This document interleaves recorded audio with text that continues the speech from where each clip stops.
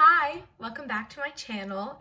Today I'm going to be talking about tips for future STEM girls. I wrote this actually when I was in seminary, and that's why I titled it for future STEM girls. Because I knew a couple girls coming in. It was honestly more of like a self-reflecting thing for me. And I've sent it to a couple people, but I figured I would share on here things that I learned, things that I wish I knew, and just general tips. So let's get to it. My first tip is get ready to do a lot of shopping. There's this phenomenon that I faced even before seminary, and I saw like a shirt or a dress or a skirt and it was perfectly sneezed, and I love it. And I'm like, wait, do I actually love it, or do I love it because it's perfectly sneezed? So that's something to think about before A, you buy anything, and two, a lot of the clothing stores that you are inclined to go to, especially the ones on Yafo and around that area, they're not always the best of quality. So like, for example, Zoya, it's really exciting that you can get a dress for 30 shek, which is like $10, but that doesn't mean you should necessarily buy it, because it's more worth buying something that's more expensive, that's gonna last you, and buy something cheap and not good quality that's gonna disintegrate in the wash, like some of the things that you can buy in Israel. So I would say think twice before you buy something and be like, what else can I use this money for? But something that I noticed is, I think this is mainly Jerusalem, because it is a religious area, is stores like H&M and Zara have more sneeze options because it's in Israel and it's in a religious area. So those stores, yeah, they're more expensive, but they're better quality than some of the stuff you're going to find on Yafo. My second tip is to go to Hebron for Parshat Chayei Sarah. It's crazy. When I went, there was, I think, 40,000 people there, and it gets bigger every year. It was wild. Definitely bring your friends. I signed up through Chabad of Hebron, and they had all 3 meals, and the girls slept in one school in Kiryat Arba, and the boys slept in another school in Kiryat Arba.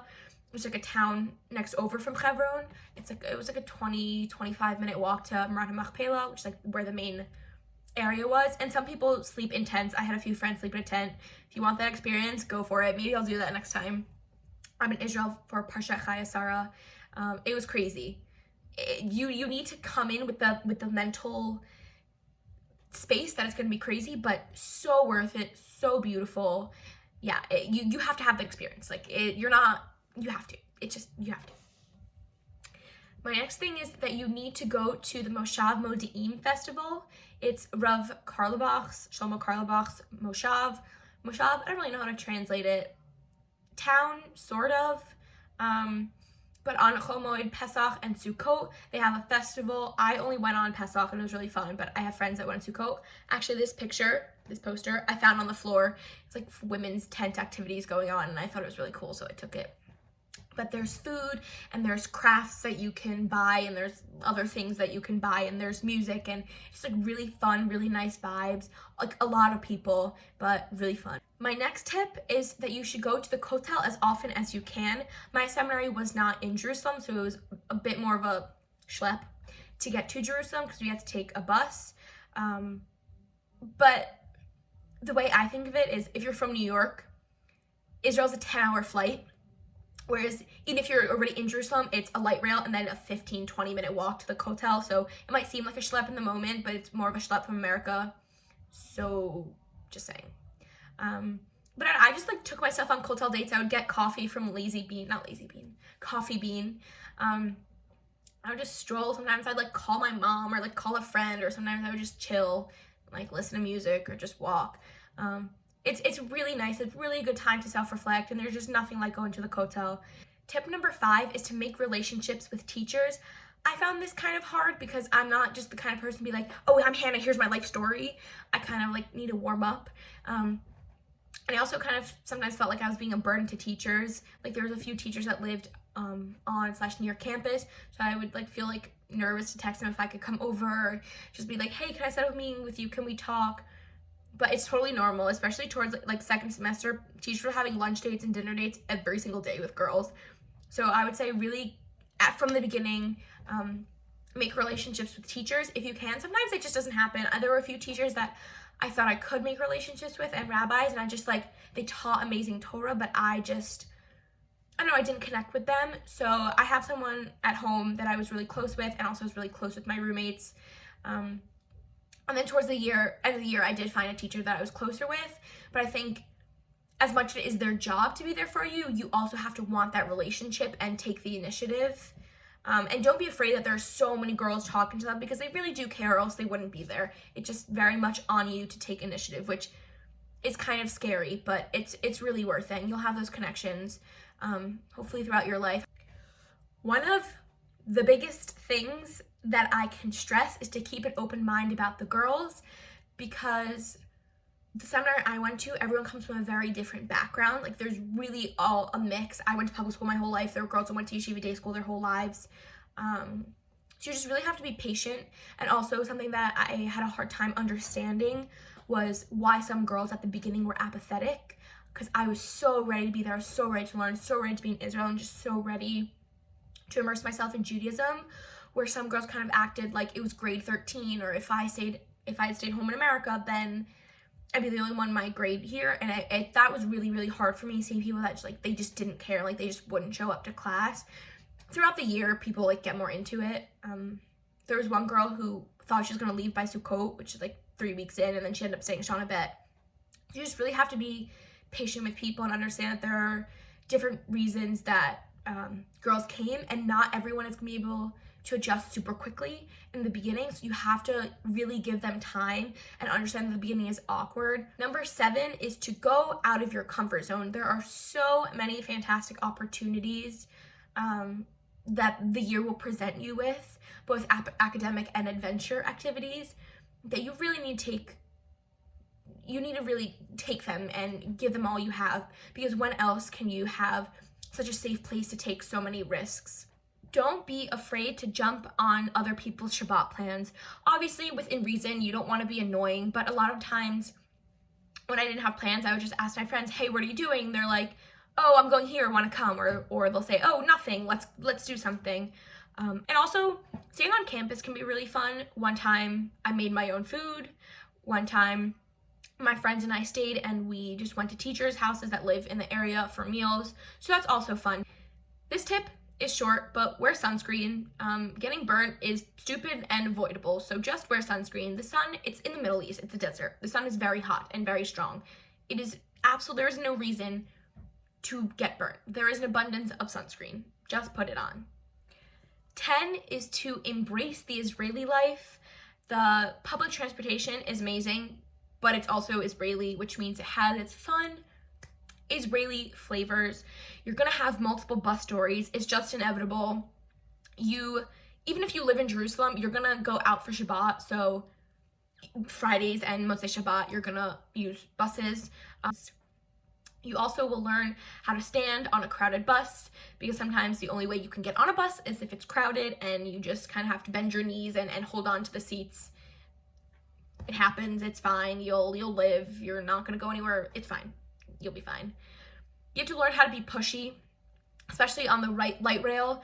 Like Erev Shabbat, it's crazy, and there are other times the year was crazy. You just have to like stick out your elbows and like not be afraid to just move into people. Like, you have to be pushy. Israelis are pushy. You have to learn how to be also, or else you're just always going to be left behind on buses and on light rails, and you just have to learn how to do that. Use your elbows.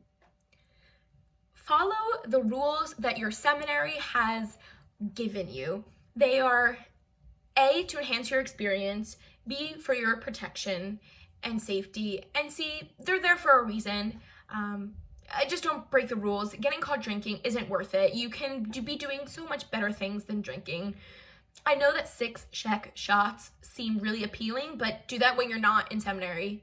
Like, just do that after. It's super not worth it. Girls were caught and did get kicked out for drinking. So, not just my seminary. So just don't do it. It's so not worth it.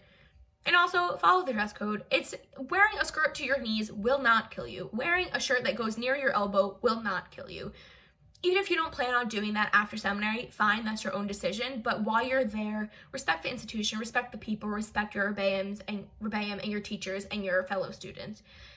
You can wear a skirt to your knee. It's really fine. Everyone else is expected to do it. You can too. Something that I worked really, really, really hard in and really had to push myself in seminary is to keep a journal, because I guess now I am more, but in seminary I had to learn how to self-reflect and think about things, and I think that my journal really gave me that opportunity in that space. So I just got it from, I think, TJ Maxx, and it ended up being also kind of like a scrapbook. And it's okay if you don't write in it every single day, because there are some things that it's a good time to reflect and kind of just like talk to your journal. So I also used it as a scrapbook. So I have Sem in pixels, and also my friend drew for me a map of Israel right here. So I wrote down everywhere, or put a pin, drew everywhere I went. That's cool because I went to a lot of places. Also, record your classes. I only started doing that halfway through because someone told me in the beginning and I just didn't remember. But I re-listen to my classes from seminary all the time, and it's just like a nice thing to have, because if it's a shear, you can learn things, you can get something from the shear that you maybe didn't get last time. It's also just like cute to listen back because it just brings back memories. And for some classes, they're more discussion based, so hearing the funny things that people said, it's cute. It's just a really nice thing to have, and it's a nostalgic thing, but also you can still learn from the classes even though you had already sat through them once before. Another thing is to write down the cute, funny, inspiring quotes that your teachers say, and then also things that your friends say. The teachers say funny things. They also say like really inspiring things. Bring toilet paper onto Lim, and on that note, hand sanitizer. But not sometimes, you're gonna at one point have to go to the bathroom during a hike. Not every hike, but it's gonna happen. So bring toilet paper, because drip drying is not fun. In general, on buses in Israel, guys sit with guys and girls sit with girls. But there is absolutely no shomer negia issue if a girl sits next to a guy and a guy sits next to a girl. Even if you sit next to someone who's religious, there's absolutely no issue with it, because you don't want to touch them. It's not a sexual touch, like sometimes it just happens. It's not a shomer negia issue. And Reb Moshe Feinstein has a tshuva that says, if a guy's uncomfortable with a girl sitting next to him, and if he's sexually aroused, then he should A, learn more Torah, and B, not take public transportation. So you're not doing anything wrong if the entire bus is crowded and the only place to sit is next to a guy, especially a religious one. You can sit there. If he has a problem, he'll deal with it. A big tip is to make chavrutot. I had a bunch and I loved it. Sometimes there are days where we'd have a long break, and it's the perfect time to make chavrutot. I loved my chavrutot. The best conversations came with it about halacha or about life or hashkafa or I don't know, whatever you're learning. And also, if there's someone that you kind of have a friend crush on and you're not friends with yet but you want to, say, hey, can we have a chavruta? And that's just a really good way to get to know someone and to talk to them. My chavruta were a lot of fun. I really miss them. I really, really enjoyed them. Learn how to budget.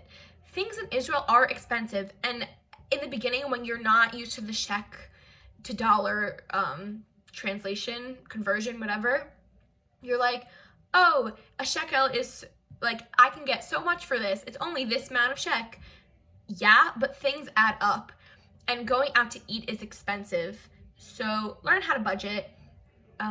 You have to also make a decision. It's like, okay, this is my third night going out this week. Can I afford it?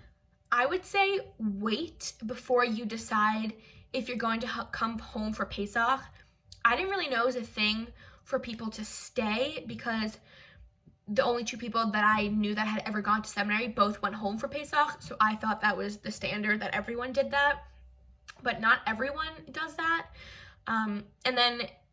My parents bought me a plane ticket.